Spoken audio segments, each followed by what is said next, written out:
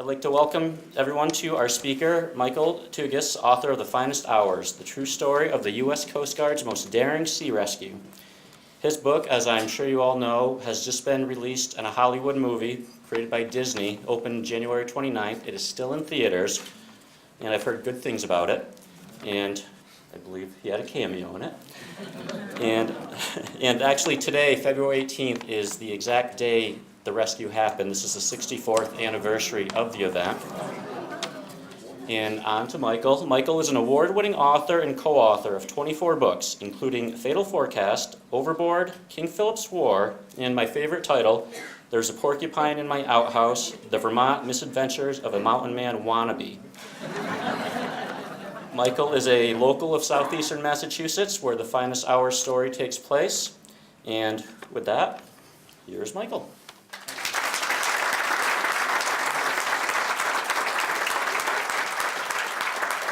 Good evening. This is a great crowd.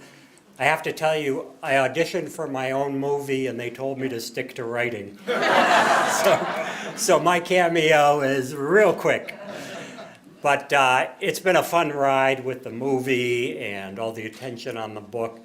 And the way I've structured tonight's program is the first part, I'm going to tell the story of the Finest Hours using the actual slides of the rescue so you can compare it to the movie.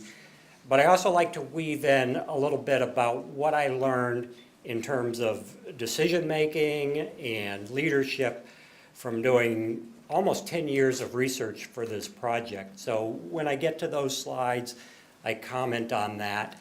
And then the college had asked me that the second half of the program, we discuss how does a book go from a movie? And we can kind of open that up to a general discussion. It's a lot different than you think, actually, in terms of some of the things that happen. Oh, this is a sign-up sheet for my newsletter going around. I do it probably once every 6 months, so you won't get flooded with emails.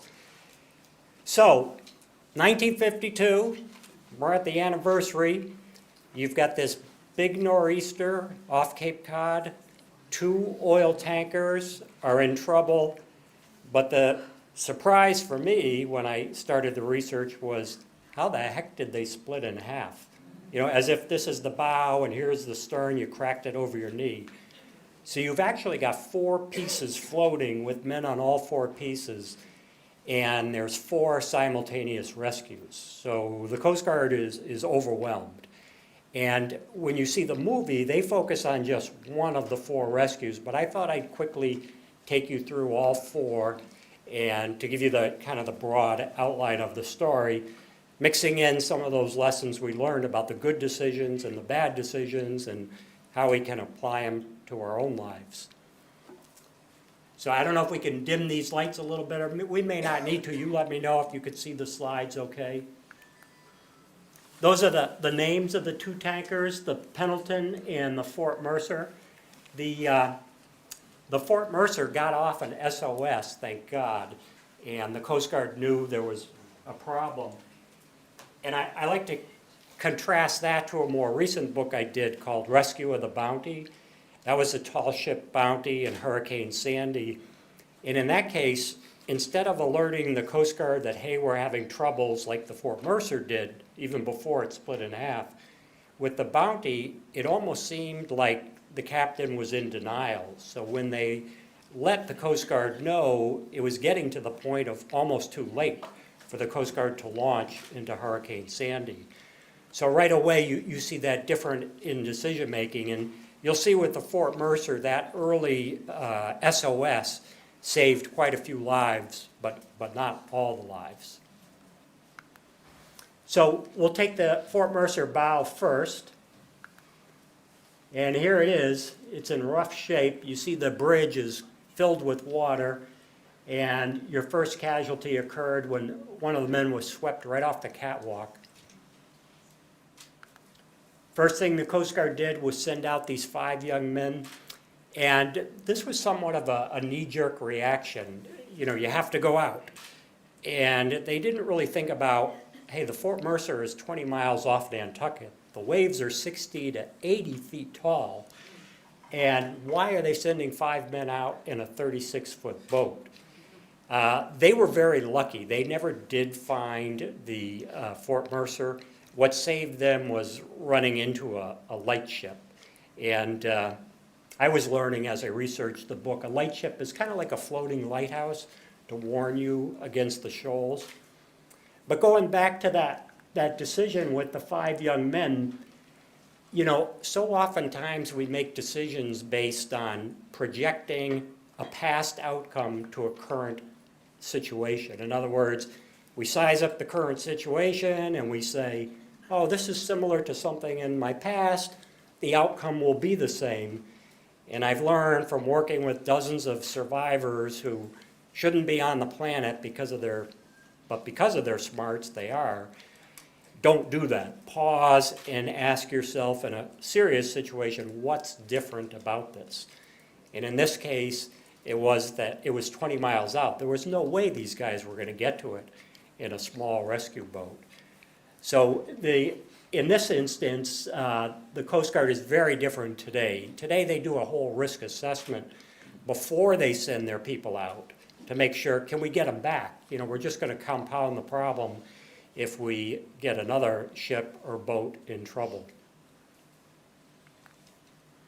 And so this was the lightship that saved their lives, and they found it by accident. So there's always an element of luck in these stories. So here you see the cutter, the y2mate, arriving at the Fort Mercer, and the first thing they do is send over the rafts. And 4 men jumped. They all missed the raft, and they were so hypothermic that they couldn't manipulate their arms to swim, to get in it, or to cling on, and all 4 were swept away. I love this shot because I got to know the gentleman standing up at the back of the boat. His name is Gil Carmichael. And that's the fun of doing these books, is finding the people that were there. And Gil said, I was scared to death, he said, because we're going out in this small boat, even though by now it's day 2 of the storm. The seas have gone down somewhat. And off they go. If you look carefully in that picture, there's one of the survivors wrapped in a blanket, a white blanket in the front. And Gil said, he said, we went over there and there were 4 men left, and 2 jumped and they hit the water. We were able to grab them, you know, they had on the old cork and canvas life preservers. He said, we got them in, but then a wave swept us into the vessel and broke the wooden ribbing on our rescue boat. And so he said it was, you know, we didn't want to do this, but we had to tell the last 2 men, don't jump, we're sinking. And so this is Gil coming back to the vessel. And he was funny because I said, so what happened when you got back to the mothership? He said, I don't remember. I'm like, why? You remember every bit. He goes, you don't understand. They lowered the block and tackle. It was swinging in the wind. He said, knocked me out cold. My crewmates got me up on the ship, put me into my bunk, and he said a half hour later I woke up, and these are his words. He said, my first thought was, I just had the most amazing dream. That I rescued 2 men off a sinking oil tanker. And the way he tells the story is, it wasn't until he went up on the deck of the ship and saw the tanker that he realized this really happened. So again, you know, when you're writing these books, the writing is always hard work. It can be lonely at times, but the research is just a pure joy, finding these key people and getting their stories down before they're lost. So they don't have the little rescue boat. They have to go back to sending the rafts over. And the last 2 men, by the way they would do it was shoot a line over, and the men on the sinking ship would pull the raft to them, tie the line off, jump into the raft, and then the idea is you're supposed to untie the line going to the sinking oil tanker, and the men on the cutter would pull the raft back. But because they're so cold, they can't untie the knot, so they're trapped. And Gil said, it was unreal. He said the captain threw up his arms, in frustration. Now what? And Gil said, Captain, we have no choice but to back down, put it in reverse, and hope that the line breaks on the side towards the oil tanker. He said you could have cut the tension with a knife. He said, because when we backed down, the tension on the line pulled the raft up in the air with these two guys holding on for dear life. And he said, it's about 15 feet up in the air, and boom, the line snapped on the side towards the oil tanker, thank God. And he said, we pulled these guys in as fast as we could. And here's one of them. He can't even move. They're so hypothermic, they can't move. And just to show you the research never ends, I was doing this lecture a couple nights ago, and there was someone in the audience and said, that's my dad. And he brought a letter from his father, and it was, God, it must have been 8 pages describing this event that we didn't find in our own research. So I had just read it for the first time a couple days ago, and it was amazing what he said. He said, I actually started to go down the scramble net to get this guy, but I didn't have a life vest on, and the captain called me back. And he also said that the man was totally blue, and he did not think he would live, but he revived, and they had him on board the cutter, and he made a full recovery. So just when you think, you've exhausted every source, somebody comes out with new information. And they're bringing the last man up, and what was interesting in this part is now remember, the tanker stayed afloat for 48 hours, this part of it. Just as they bring the last man up, somebody shouts, look, look, and everybody looks towards the and look what happened. The whole thing just reared up in the air and then went straight down like a pile driver. And this is just seconds after they got the last guy out of the raft. So you never know when the ship's going to go down. And this was the last photo taken before it disappeared. Now the stern section, a little bit better shape. As you'll see, it's not as a steep angle. And the Coast Guard man who got the message, his name was Lynn Whitmore. He's standing next to the man with the beard. He said, I got it over my headsets and SOS. So we went, and they were in the icebreaker, the east wind. I said, what do you do if the ice is too thick to break, with your bow? They slide the bow up and the ice breaks. He said, I'll send you a picture. So this is the picture he sent. He said, we blow it up. So I'm learning as I go as well. I write these books for the general public. I was never in the Coast Guard. So as I'm researching, I'm learning as I go. So that was a first for me. So the east wind arrives, and they send over a life raft like the others did. Didn't have as far a jump to get in the raft, and only one man jumped. And they were able to get him back. And what was interesting, as they're bringing him back, a wave went under the raft, and it hit it in such a way that the man flipped up in the air like a pancake, landed back in the raft, thank God, and they got him. But the captain of the East Wind said, this is more dangerous than doing nothing. We're going to wait for a more maneuverable cutter. And in this photo, by the way, they're bringing him below, wrapping him up as best they can. But in this photo, that more maneuverable cutter came, and I always thought a good leadership lesson was the captain of the East Wind. He had full control of this rescue. He knew that the smaller cutter could do things he couldn't, and he relinquished control. So he wasn't worried about getting the glory, he was worried about results. And it turned out to be a good decision. Captain John Joseph was on that smaller cutter. He was able to pull it right up next to the tanker. But in the seas, one's going this way and one's going this way, and the men were reluctant to jump. John Joseph passed away, but his son gave me a long article that his father wrote, tried to get it published in Reader's Digest, and never did. And His son casually said, and by the way, I have an article my father wrote. Do you want it? I'm like, yes.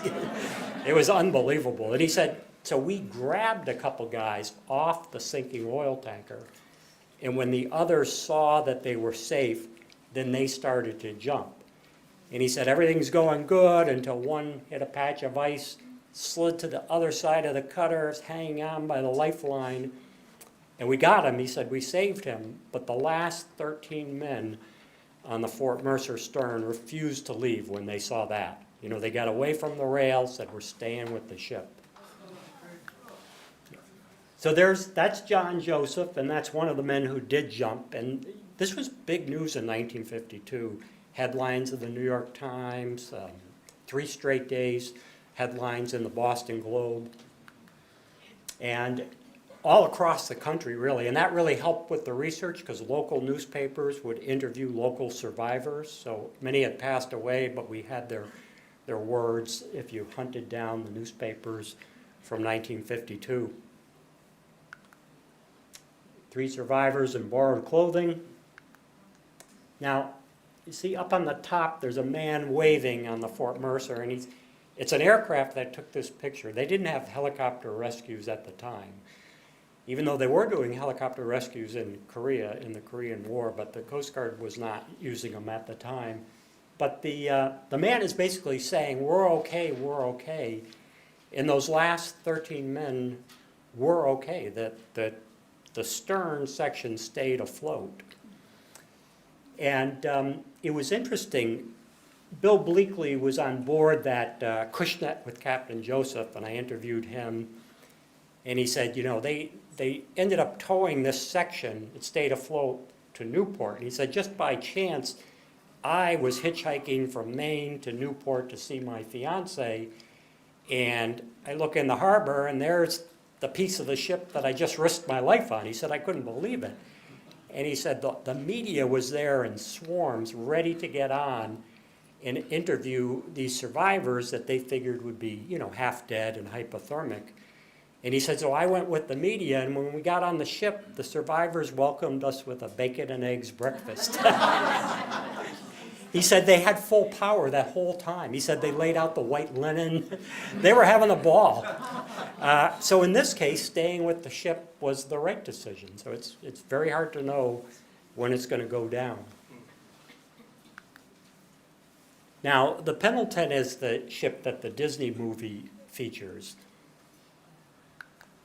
And some of the movie was filmed at the Coast Guard station. Here it is back in the 40s and 50s, but it looks, you know, it looks similar today. When I said that at the Coast Guard base, I got a big cheer because they were like, it needs upgrading. But what was interesting is when they filmed this part, this would have been, let's see, December of 2014, and this is a winter blizzard, so they brought in snow guns, one more big expense. Had they waited 3 weeks, we had the snowiest winter ever in New England. And then this is another kind of funny but strange story. So they did all the filming during that period, and just after they were done in the big set, which was in Quincy, Massachusetts, you know, the actors had left, it was all wrapped up. The whole roof caved in from snow. And that's when I knew, okay, the stars are aligning. You know, had that happened during the shoot, who knows what would have happened. So the station commander, Clough, decides, they now realize the second oil tanker is split in half. He's decided, we got to send out small boats to this second oil tanker because it's very close to Chatham. It's just off Monomoy Island. And he sends out Donald Bangs that you see in the light-colored hat, and these 3 men went with him. And it was really interesting when I was interviewing Bernie Weber. He's the hero of the book and the movie. That Chris Pine plays Bernie Weber. And Bernie made a point to say, you know, research Donald Bangs. And I realized what he meant was Donald Bangs didn't get any credit because he didn't save anybody, but he went out in the same conditions Bernie did into 50, 60-foot seas at night And even though he didn't save anybody, he tried. And later, as I got to know Bernie, I realized Bangs was one of Bernie's real mentors, and that's why Bernie wanted to give him credit in the book. And it became apparent to me through the conversations with the hero, Bernie, that he had 3 or 4 mentors. Their names kept coming up, and as we got to talking, he'd say, I'd pick a trait from, 1 or 2 of them and try to incorporate it in my own life. And he said, so I had 4 great people to model myself after and kind of turn it into my own. And I thought that's a great leadership lesson, having a mentor, and in Bernie's case, having 3 or 4 is even better, and picking the best traits that fit your personality. So Bangs went out to the bow section, and unfortunately, only one man came out and jumped, and they couldn't get him. It was night, the waves took him away. We know the captain was on board with 5 others. He never came out, we don't know why. But Bangs stayed out there all night, hoping to rescue somebody, and never did. And the station commander turns to Bernie Weber, who's the hero, and says, Weber, pick yourself a crew. You got to go to the stern. And Bernie said, I thought he was sending me on a suicide mission. That, how would we do this at night? Our boat's only 36 feet. And he said, plus I didn't want to pick myself a crew because I'd be picking you, and you, come with me to my death. And he said, I got lucky. He said 3 men volunteered. And in this photo, that's Bernie on the left, and Richard Livesey in the middle, and Andy Fitzgerald on the right. They volunteered. And the 4th person who's not in this picture, Irvin Maskey, I thought he was an interesting guy because he wasn't even part of the station and had never trained with Bernie. He was just waiting to get back on a light ship after the storm subsided. And I wondered why Bernie picked him. And Bernie said, well, there were other men in the station. And in his words, he said they were making themselves scarce because they didn't want to go. And he said, I just decided to take this new guy because he wanted all in. And he said, I just wanted somebody who was committed to doing this rather than forcing somebody to come reluctantly. And I thought, that's another interesting move. And he said, so I'd never trained with Irvin Mask, but he said he performed really great. He said the things he did out there with no training with us. But it was interesting from Irvin Mask's point of view. His daughter told me, Irvin Mask passed away before we could interview him, but his daughter told me he wouldn't talk about it, but we knew that this big event had happened. And she said it affected him so much that he never went near a body of water again. He wouldn't go to the beach, he wouldn't go to the Great Lakes. They lived in Wisconsin. He wanted nothing to do with water. So that kind of told me he didn't know what he was getting himself into. But yet somehow he corralled his fears and still did his job. And that's kind of the theme of the book, that these are not superheroes that can do the incredible.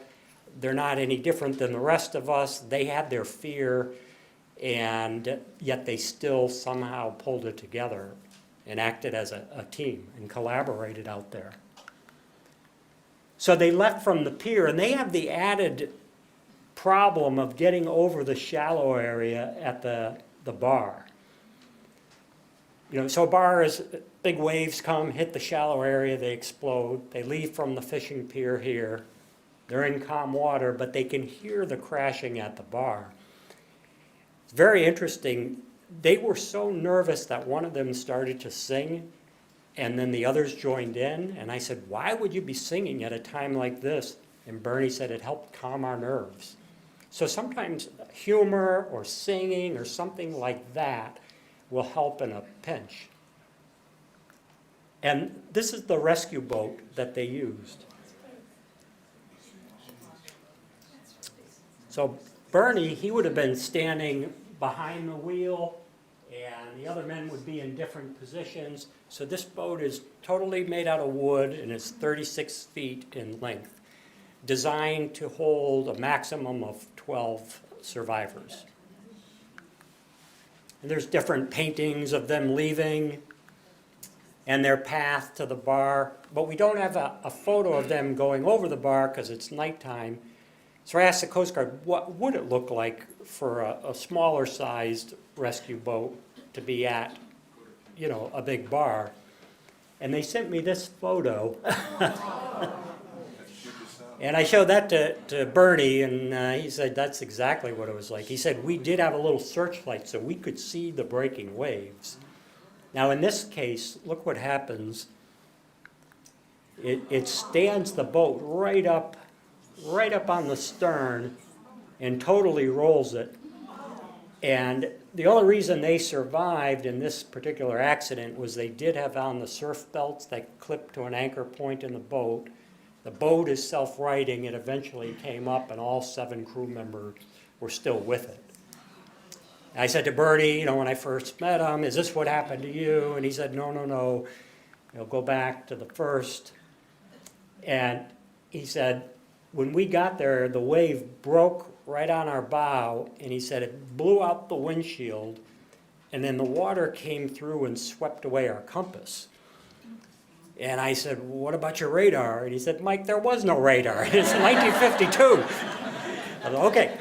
And so I thought to myself, that would have been my cue. If I had orders to go, you got to follow your orders, but that would have been my cue to turn around, because you could say you tried, you got the broken window to show for it. But I'm convinced, and Bernie never really said this explicitly, but I'm convinced the reason he gave it 2 more tries was that he had been in a rescue a year and a half earlier. That was a terrible failure.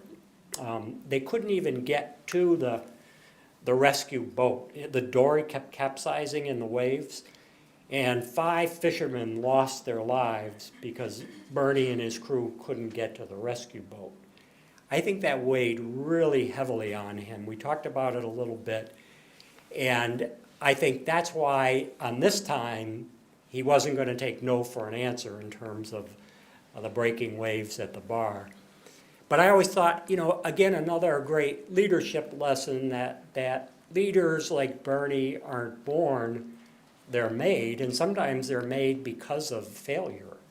You know, just a few minutes ago, before this crowd arrived, I was in the library reading J.K. Rowling's, one of her commencement speeches, and she said the best thing that happened to her was hitting rock bottom. She said, it freed me to really go after what I thought was my true talent, and that was to write the Harry Potter series. But she had hit rock bottom. So in a way, Bernie had too, because people were looking at him like, is this guy competent? His one big rescue and it was a failure, and now they're sending him out on this with a ragtag crew that he hasn't trained with. But they make it over the bar on the 3rd attempt. The movie's pretty accurate on this part. When you see the movie, it's quite a scene, and it makes you feel like you're there. And believe it or not, without a compass, they find the tanker, the Pendleton. And Bernie was very explicit. He said, if you write this book, put in what I'm telling you I think happened. I said, okay. He said, I think I was guided by a higher power. He said, so many strange things happened that night, I can't account for them. Whereas, you know, Richard Livesey said, I think it was luck. And Andy said, I heard the tanker, the groaning metal, because it had broken in half. But there were strange things that happened that night that cannot be explained. So this painting is very accurate of them arriving at the oil tanker. Bernie was with the painter who did this. And the Jacob's ladder came down. And it's funny, at first Bernie told me this, and I thought he was joking. He said, when we arrived and I saw the ladder come down, I thought the smarter move would be for us to go up the ladder and get on the tanker. And I laughed, and he said, no, no, no, I'm dead serious. I was going to do that. And he said, but then men started coming down left and right. He said, you couldn't. And he said, you had to kind of get 1 or 2 and then get out of there because the waves would slam you into the tanker. And then you'd come around and get another 1 or 2. And everything's going well. He gets to the maximum capacity of 12, and he's got a decision. What do I do? Do I take these in and try to come back? And I said, did you talk to Andy? He's the engineer. Bernie said, you could not talk out there. You know, the wind and the waves. He said, I made a decision on my own. It was going to be all or nothing. So in the movie, they call that, Chris Pine says something to the effect, we all live or we all die. But it's, in essence, the same thing that Bernie had decided.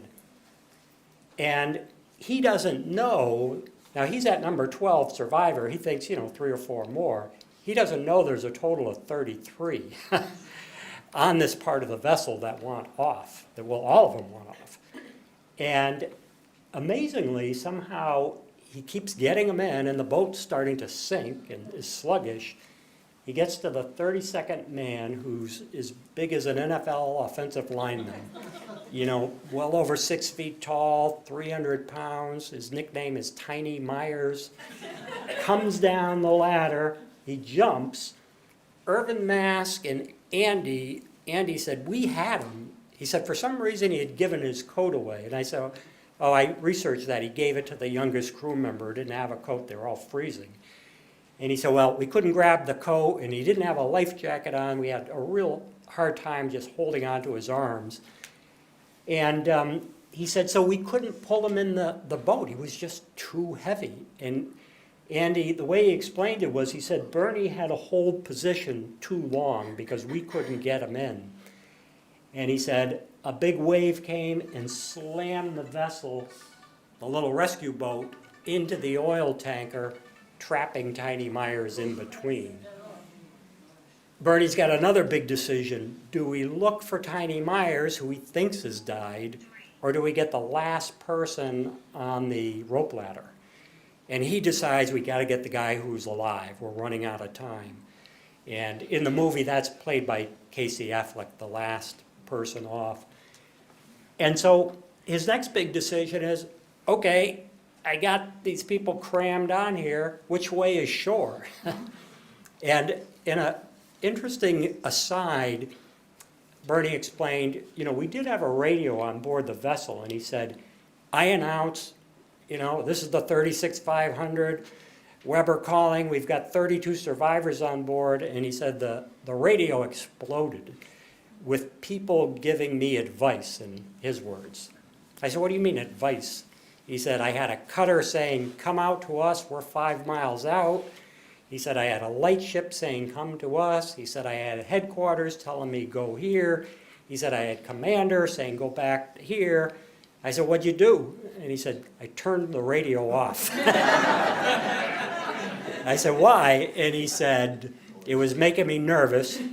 And then I thought, who better to judge what to do than the person on the scene? And sometimes we forget that we're our own best advisors because we're the one in the thick of whatever it is that seems overwhelming. And Bernie just thought, I'm going to follow the waves. When I came out, they were coming at me. I'm going to follow them in. And this is where, again, he says a strange thing happened. He says, so no compass, no nothing. We don't know where we are. He said about 40 minutes into this, he said, I had no idea we were near the Chatham Bar.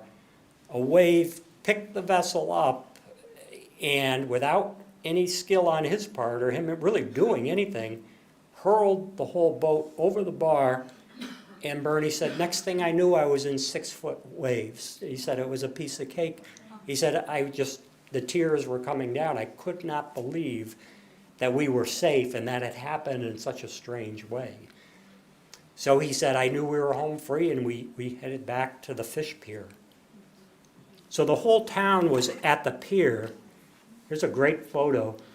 They're coming back, and the townspeople are thinking, oh, wow, they've been gone for over 3 hours and are only bringing back 1 survivor. But the rescue boat has a hatch. It's like a clown car in a parade. The hatch comes up, and 31 plus the 2 on the top come flying out of this, and the people they cannot believe it, that many people were crammed on a 36-foot boat. The people who operate the boat today say that we've tried to get 36 people on, and it cannot be done. So I called Andy Fitzgerald, you know, the engineer, and I said, they told me it cannot be done. He goes, Mike, if your life's at stake, you'd be amazed what you can do. He said, we were all curled around each other, and the people were stuffed in the survivor's compartment. He said, it can be done if you need to. And so when the hatch opens up, here they come. And they were hypothermic, and the people in town would put them in their cars, blast the heater, you know, and then rush them to the station. I think the next picture is my favorite one. Everybody's left. The photographer's name is Dick Kelsey, and he stayed behind, and he captured this kind of candid picture of Bernie up high and Irvin Mask below. And I love Bernie's face. You could just see the relief. Oh my God, it's finally over. We did it. And everybody had left at this point and is back at the station.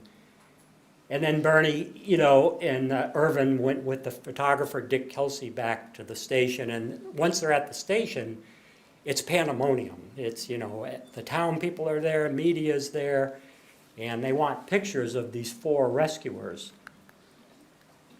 And I like to joke on this picture, even a hero makes a mistake. Bernie forgot to zip his fly. You never know.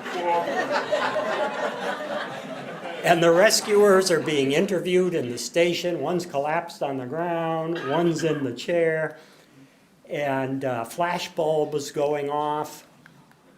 We were able to find this radio man, Mr. Cimprini. He said, I got the scoop of a lifetime, the live radio interview with the survivors just seconds after they arrived at the station.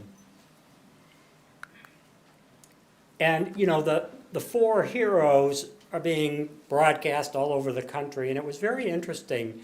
3 of them said that was fine, or 15 minutes of fame, but Bernie said being labeled a hero is a real burden. I was like, well, tell me about that. And he said, I'll give you an example. He said, I would be trotted out in front of rotaries because I was the new symbol of the Coast Guard. And he said, I'm only 24 years old. He said, so, you know, here I am in front of these groups. I'm very uncomfortable being called a hero, and I'm making the Coast Guard my career, so if I would transfer to another station, there would be some jealousy. And he said, rightfully so, they've probably done rescues just as difficult, but I got all the attention. So he said, you know, it was tough to live with, and he did not want to do this book in the beginning. It took several efforts on my part to really get him to go along for this ride. And at the end, I'll tell you one other thing that happened about the hero stuff that gives you a little glimpse into his character. That piece of the Pendleton that he did the rescue on did hit a shoal and go over. Those men, if they weren't rescued, they all would have drowned. People would go out there for years and pick through and, you know, take out the brass parts. And I met somebody that has the wheel from the Pendleton, but he's sworn me to his secrecy. So salvagers would be out there. And then we're getting to the end, but I wanted to touch on that one mystery. Remember the bow section that the captain was on, but he didn't come out, and Donald Bangs circled all night?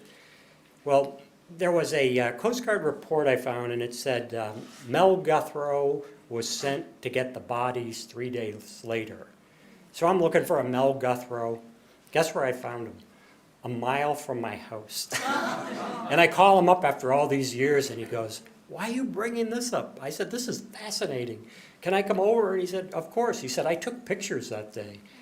So these are his pictures, and he said, the seas are calm. He said, there's no risk there. But he said, I didn't want to do this. I didn't want to go in there alone and look for bodies. He said, so I approached through the bridge, expected to find the captain dead there, and he said it was empty. I said, what'd you do? He said, I took a little flashlight and had to go through the bowels of the ship. He said, I made it to the very tip he called it the paint room because some paint was stored there. And he said, under some burlap and newspapers was one sailor and a block of ice. He was just frozen stiff. I said, where'd you find the captain? He said, we didn't. He said, I searched every inch of that ship. We never found him or the 4 others. And it'll be a mystery what happened. Were they swept off? Did they launch a little lifeboat on their own? Like in the movie, you'll see that whole debate, do we launch a lifeboat or not? But it'll be a mystery what happened to Captain Fitzgerald. We'll never know. And the boat is now a National Historic Landmark. So in the summer, you can go down to Chatham and Orleans and see it, Rock Harbor. And the propeller overlooks the Chatham Bar. This is the propeller from the original rescue boat before it was rehabbed. And I wanted to just close with that comment about Bernie and his leadership quality and why he didn't like being called a hero.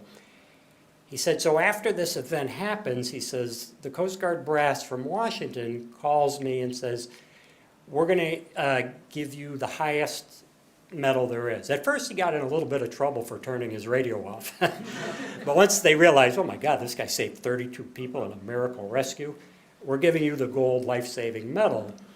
And they said, and we'll give your crew the silver. And Bernie pauses and he goes, keep your medal.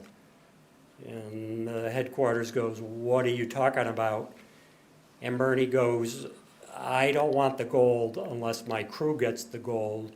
He said, I was ordered out, they volunteered, they did just as much as me, they risked their lives, they should get the same. And at first headquarters said, no, this is how we're doing it. And Bernie said, forget the whole deal, I'm not accepting. And he called their bluff. And all 4 men got the gold. And I always thought, what a great sign of his leadership, that he refused to hog all the credit, even though that's where the limelight was shown on. And even to the end, he made sure, make sure you talk about Donald Banks, make sure you talk about this person. They played a role that night too. Thank you.